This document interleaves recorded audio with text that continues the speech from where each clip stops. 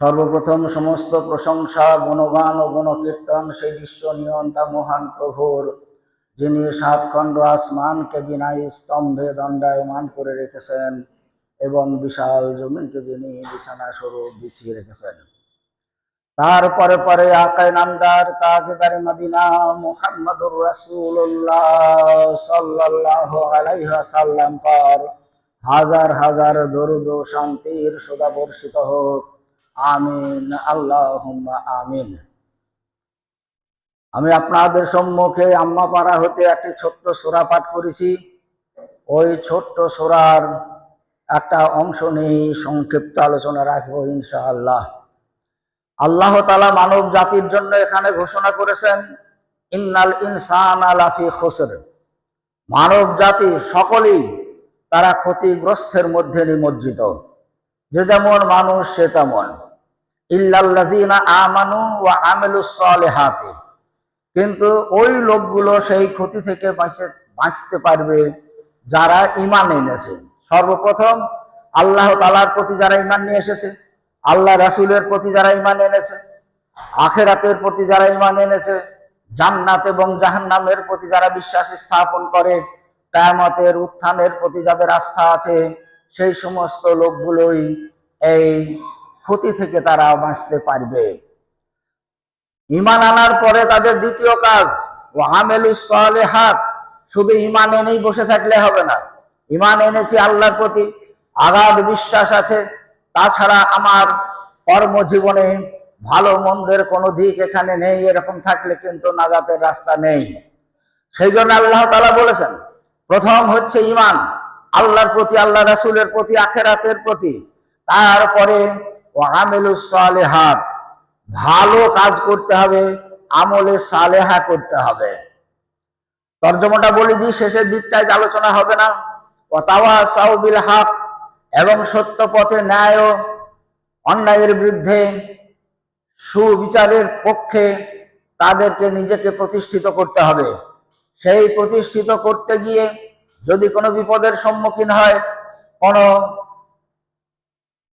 খারাপির সম্মুখীন যদি হতে হয়, তাহলে সেখানে ওয়াসাবর, ধৈর্য ধারণ করতে বলা হয়েছে, ধৈর্য ধারণ করতে হবে।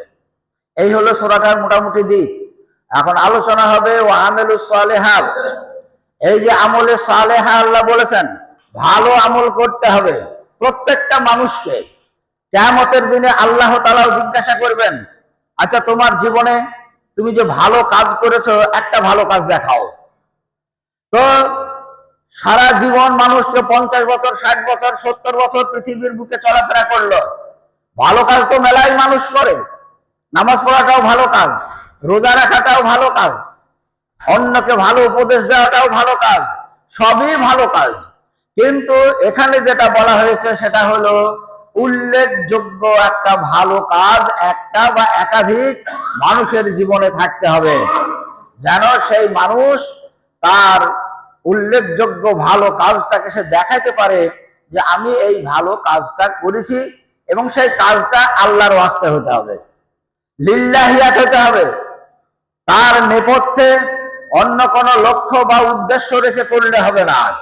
আল্লাহর ওয়াস্তে যদি কোনো ভালো কাজ তার জীবনে সে সেটা ভালো মনে করে যদি করে থাকে, যেন দেখানো যায় এটা আমি ভালো কাজ করেছি, তাহলে কিয়ামতের ময়দানেও আল্লাহ তাআলাকে দেখানো যাবে। এবং সেই ভালো কাজের বাদাউলাতে আমাদের এই পার্থিব জীবনেও ভালো কাজের প্রতিদান আল্লাহ তাআলা অনেক সময় দিয়ে থাকেন। আল্লাহ তাআলা কিভাবে দেন? ভালো কাজের বাদাউলাতে অনেক মানুষ তার বিপদ আপদ থেকে সে উদ্ধার হতে পারে। আখিরাতে তো হবেই। আখিরাতে তো এমনও বলা হয়েছে, নামাল সালিহান ইন্না মুকিনুন। কিয়ামতের ময়দানে এই যে ভালো কাজের কথা, আমলে সালিহার কথা যখন সচক্ষে দেখবে, তখন আল্লাহ তাআলাকে বলবেন, আল্লাহ তুমি আমাদেরকে আর একবার পৃথিবীতে ফিরিয়ে দাও, আমরা ভালো কাজ করে আসব। সেখানে আর নামাজ পড়ে আসবো, রোজা করে আসবো, এসব কথা কিন্তু নয়। নামাল সালিহান, দুনিয়াতে আমাকে আর একবার পাঠাও, আমি ভালো কাজ করে আসব। তার মানে ভালো কাজের বাদাউলাতে নাজাত অনিবার্য।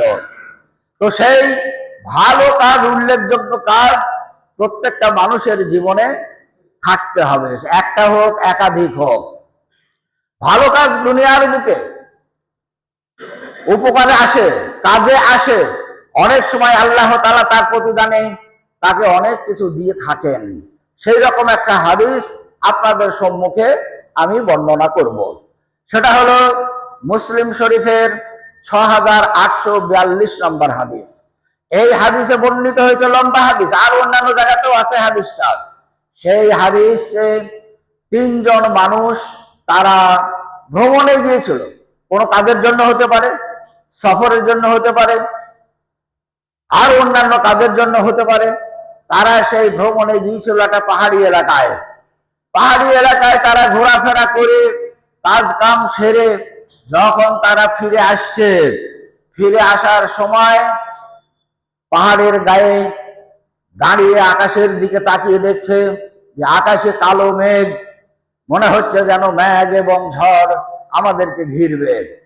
ওরা আকাশের অবস্থা দেখে তিনজন ব্যক্তি তারা আপোষে আলোচনা করে সিদ্ধান্ত গ্রহণ করলো, তাদের সামনেই ছিল পাহাড়ের একটা বড় গুহা, গর্ত, যে গুহার ভিতরে কয়েকটা মানুষ চুপচাপ বসে থাকা যেতে পারে, মুখটা ছোট ভিতরটা বড়। এইরকম গুহা দেখে তারা ভাবলো এই মেঘ ঝড়ে আমাদের আর আগিয়ে যাওয়া ঠিক হবে না, তাহলে আমরা এই গুহার ভিতরে এখন ঢুকে পড়ি, মেঘ ঝড় যা হবে উপর দিয়ে হয়ে যাবে, তাহলে আমাদের উপরে আর কোনো রকমের ঝড় বৃষ্টি আমাদের কোনো ক্ষতি করতে পারবে না। এই বলে তিনজন ব্যক্তি তারা সেই গর্তের মধ্যে প্রবেশ করলো নিশ্চিন্তে যে ঝড় বৃষ্টিতে আমাদের কোনো ক্ষতি হবে না, আমরা এখানে থাকবো, ঝড় যখন কেটে যাবে, মেঘ যখন কেটে যাবে, আমরা এই গুহা থেকে বাইর হয়ে তখন আমাদের গন্তব্যস্থলে আমরা রওনা হব। এই বলে নিশ্চিন্তে তিনজন ব্যক্তি সেই গুহার মধ্যে প্রবেশ করলো। সেখানে তাদের অবস্থান কালে সত্যি মেঘ ঝড় এত জোর শুরু হলো যে সেই মেঘ ঝড় তারা ভিতর থেকে অনুমান করতে পারছে যে প্রবল বৃষ্টি হচ্ছে এবং ঝড় হচ্ছে। ঝড় হতে হতে দেখা গেল একটা পাহাড়ের উপরের দিক থেকে বড় মাপের একটা পাথর কিভাবে খসে গিয়ে গড়তে গড়তে এসে তাদের সেই গর্তের মুখে আটকে গেল। পাথরটা তাদের গর্তের মুখে আটকে গেল। সেই পাথর তাদের পক্ষে আর সরানো সম্ভব নয়। তারা তিনজন চেষ্টা করলো, তিনজনে একসঙ্গে ধাক্কা দিয়ে পাথরটাকে এখান থেকে গড়িয়ে দাও। তাদের তিনজনের যা শক্তি, সেই শক্তি থেকে অনেক গুণ ওজন বেশি সেই পাথরের, যার জন্য তারা সেই পাথর আর সরাইতে পারল না। তখন তারা সিদ্ধান্ত নিল যে আমাদের পক্ষে আর বাহির হওয়া সম্ভব নয়, আমরা যদি এই গর্তের মধ্যেই আমরা মৃত্যুবরণ করি, সারা দুনিয়ার মানুষ তারা জানতেও পারবে না যে ওই লোকগুলো সেখানে কিভাবে মৃত্যুবরণ করলো। এই মৃত্যু অনিবার্য ধরে তারা চুপচাপ কিছুক্ষণ থাকার পরে ওদের মধ্যে যে বিচক্ষণ ব্যক্তি, দূরদর্শিতা সম্পন্ন একজন ব্যক্তি, তিনি বললেন, এক কাজ করো, আমাদের নিজের নিজের জীবনে যদি আমলে সালেহা থাকে, আল্লাহর ওয়াস্তে যদি কোনো ভালো কাজ আমরা করে থাকি, সেইগুলাকে একটু স্মরণ করো, করে আল্লাহর কাছে দোয়া করো, আল্লাহ আমাদের সেই আমলে সালেহার বদলে, আমাদের সেই ভালো কাজের বদলে আজকের এই বিপদ থেকে তুমি আমাদেরকে উদ্ধার করো, অর্থাৎ আমাদের গুহার মুখ থেকে এই বড় পাথর তুমি সরিয়ে দাও। এই আবেদন করার লক্ষ্যে একজন একজন করে তাদের জীবনের ভালো কাজ তারা উল্লেখ করতে লাগলো। তার মধ্যে একজন ব্যক্তি বলছে, আমি ছাগল চড়াইতাম, আর ছাগল চড়িয়ে যখন বাড়ি আসতাম, বাড়ি এসে আমি ছাগলকে দহন করে সেই দুধ আমার বাড়িতে থাকা বৃদ্ধ পিতা মাতা, আরো থাকতো আমার স্ত্রী, ছোট ছোট সন্তানেরা, সর্বপ্রথম আমি সেই দুধ আমার মাতা পিতাকে খাওয়াইতাম, তারপরে আমার ছেলে পিলেকে খাওয়াইতাম। এটা ছিল আমার দৈনন্দিনের চলাফেরা এবং কার্যাবলীর একটা পদ্ধতি। তো আমি একদিন ছাগল চড়াইতে চড়াইতে অনেক দূর চলে গেছি। অনেক দূর চলে গেছে। সেদিন বাড়ি ফিরতে আমার দেরি হলো, রাত হয়ে গেছে। একই নিয়মে আমি ছাগল দহন করলাম, করার পরে বড় বাটিতে করে দুধ নিয়ে এসে মাতা পিতার ঘরে তাদেরকে খাওয়াইবো। কিন্তু মাতা পিতা দেখছি ঘুমিয়ে গেছে। আর তাদের ঘুম ভাঙানোটাও আমি পছন্দ করলাম না, যে তারা আরাম করে ঘুমাচ্ছে, এখন যদি তাদের ঘুম ভাঙিয়ে দিই তাহলে হয়তো কষ্ট পাবেন। সেই বলে আমি তাদের ঘুম ভাঙাইলাম না। এদিকে আমার ছোট ছোট বাচ্চারা, তারা ক্ষুধার তাড়নায় আমার পা জড়িয়ে ধরে বলছে, খেতে দাও, আমি খাবো, আমাদের ভোক লেগেছে, খেতে দাও এখনই। আমি এটা ঠিক মনে করিনি যে আমার পিতামাতাকে না খাইয়ে আমার সন্তানাদিকে খাওয়াবো। তাই আমি সেই বাটি হাতে করে আমার মাতা পিতার ঘুমন্ত অবস্থায় তার মাথার সামনে আমি দাঁড়িয়েছিলাম। আর আমার ছেলেরা, ছোট ছোট বাচ্চা, তারা খাওয়ার জন্য আমার পা জড়িয়ে ধরে আর্তনাদ করতে করতে তারা সে পায়ের কাছেই ঘুমিয়ে পড়েছে। আমি সেই অবস্থায় দাঁড়িয়ে, যখন ভোর হয়ে গেল, রাত্রি শেষের দিকে, তখন মাতা পিতার ঘুম ভাঙলো। আমি সেই দুধ যা হাতে করে সারা রাত আমি দাঁড়িয়ে আছি, সেই দুধ আমার মাতা পিতাকে খাওয়াইলাম। তারপরে ছেলেগুলোকে উঠিয়ে তাদেরকে খাওয়াইলাম। তো আল্লাহ যদি তোমার ওয়াস্তে, তোমার সন্তুষ্টি অর্জন করার জন্য, তোমার রেজামন্দি পাওয়ার জন্য যদি আমি এই কাজ করে থাকি, তাহলে তুমি আমার সেই কাজের বিনিময়ে আজকে আমরা যে বিপদে পড়েছি, আমাদের গর্তের মুখে যে পাথর আছে, তুমি সেই পাথর সরিয়ে দাও। এই আকুল আবেদন আল্লাহর কাছে, তার আমলে সালেহাকে সামনে রেখে, ভালো কাজকে সামনে রেখে, আল্লাহর ওয়াস্তে যা করেছে তাকে উল্লেখ করে তিনি যখন বললেন, আল্লাহ তাআলা সেই পাথর গোয়ার মুখ থেকে 3 ভাগের 1 ভাগ সরিয়ে দিলেন। কিন্তু 1 ভাগ সরে যাওয়ার পরেও সেই ফাঁক দিয়ে মানুষ বাইর হওয়ার কোনো সম্ভাবনা নাই, মুখ ছোট ছিল।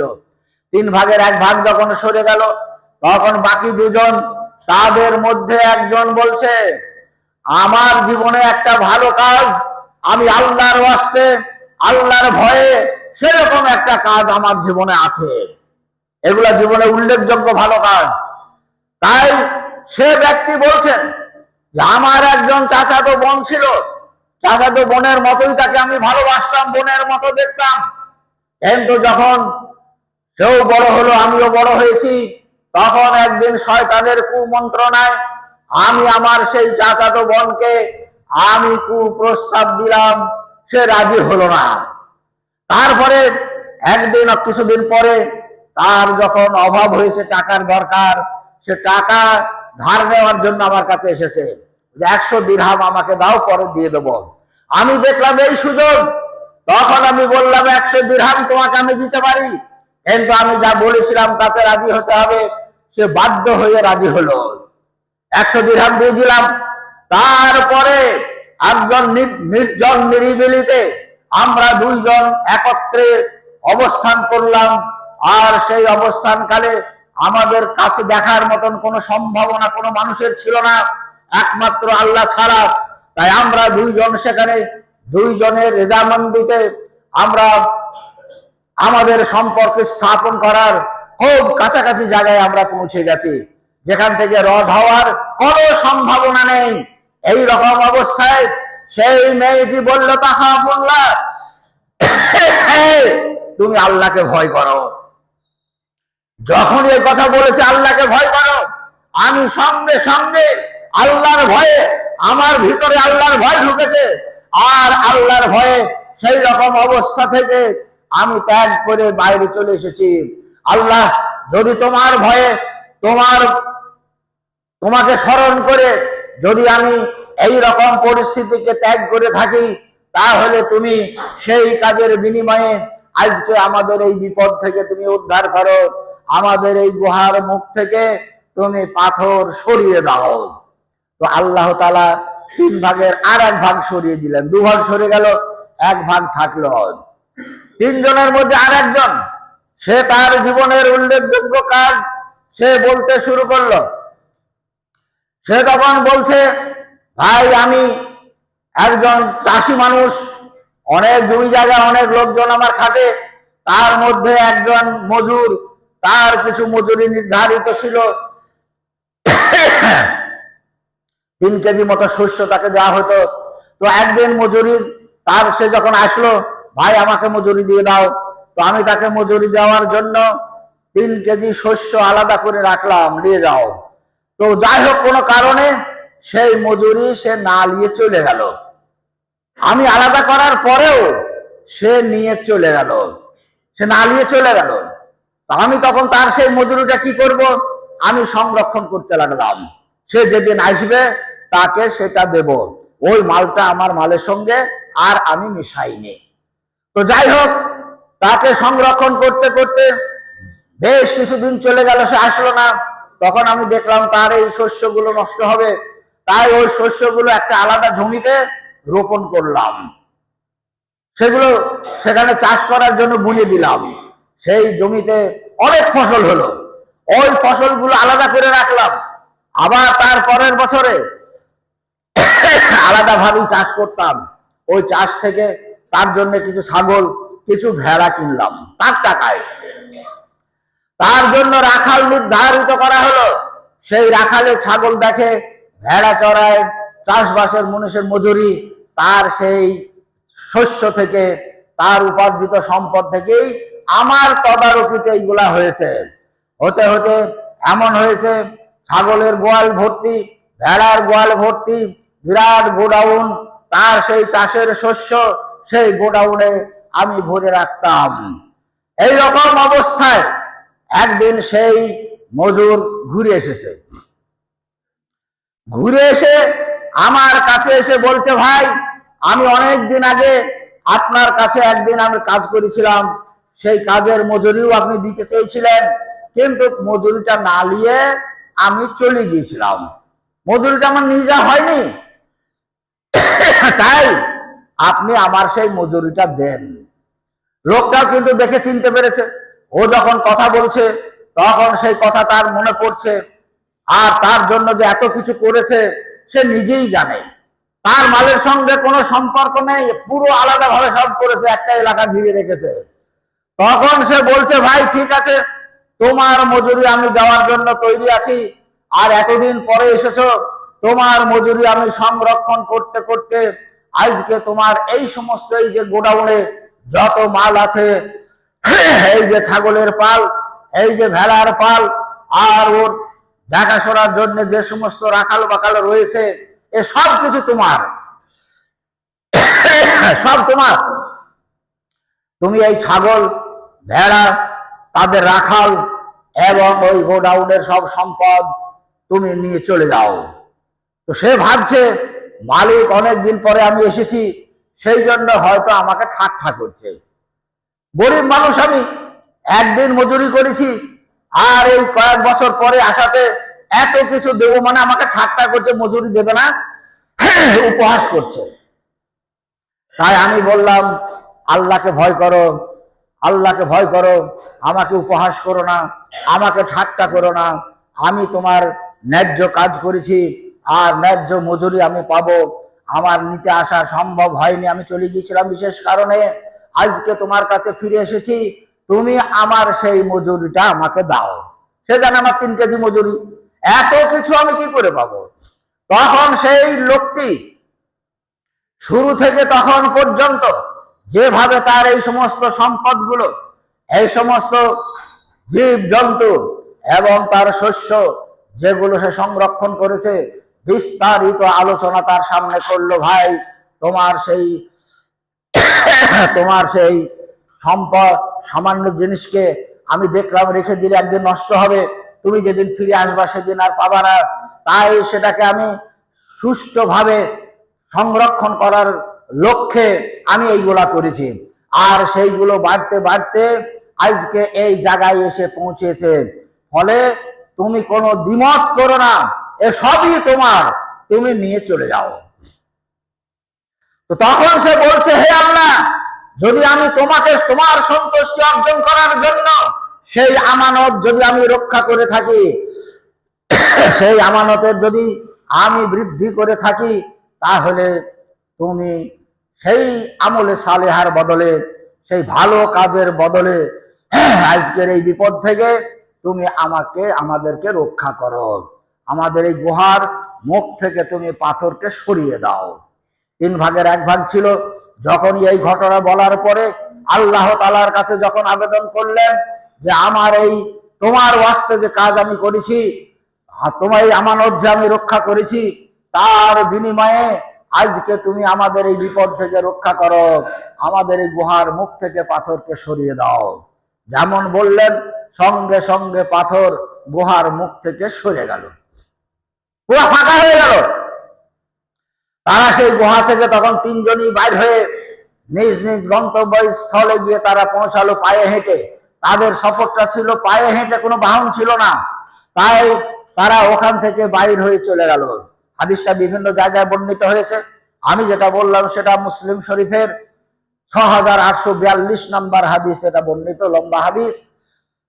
এটা এই জন্যই বলা হয়েছে, এখনো কোনো মানুষ তার জীবনে যদি উল্লেখযোগ্য ভালো কাজ থাকে আর সে যদি কোনো বিপদের সম্মুখীন হয়, তাহলে আল্লাহ তাআলার কাছে সেই উল্লেখযোগ্য ভালো কাজ যদি সে তুলে ধরে আল্লাহর কাছে আবেদন করতে পারে, আল্লাহ তুমি আমার এই বিপদ থেকে আমাকে রক্ষা করো, তার কারণ এই ভালো কাজ আমি তোমার ওয়াস্তে করেছি, লিল্লাহিয়াত করেছি, তোমার সন্তুষ্টি অর্জন করার জন্য করেছি, এইভাবে বলে যদি আল্লাহ তাআলার কাছে আবেদন করা যায়, আল্লাহ তাআলা দুনিয়ার বুকেও মানুষকে অনেক বিপদ আপদ থেকে রক্ষা করবেন। যেমন বলা হয়েছে, সাদকাও তারুদ্দু মিনাল বালা, মানুষ সাদকা করলে তাদের বালা দূর হয়ে যায়। বালা মুসিবত আসার আছে, কোন সাদকা করাটাও ভালো কাজ, যদি সে সাদকা করে তার সেই বালা মুসিবত দূর হবে। তো যাই হোক, আল্লাহ তাআলা আমাদেরকে তৌফিক দান করুক, আমরা যেন নিজের নিজের জীবনে কাউকে বলার দরকার নেই, নিজে নিজেই উল্লেখযোগ্য কিছু ভালো কাজ করব, যেন আল্লাহ তাআলাকে আমরা তা দেখাইতে পারি যে আল্লাহর ওয়াস্তে লিল্লাহিয়াত এই ভালো কাজ আমি করেছি। কোনো সময় প্রয়োজন হলে আল্লাহ তাআলার সামনে সেটা আমরা তুলে ধরতে পারি, আর কিয়ামতের দিনে তো দেখাতেই হবে।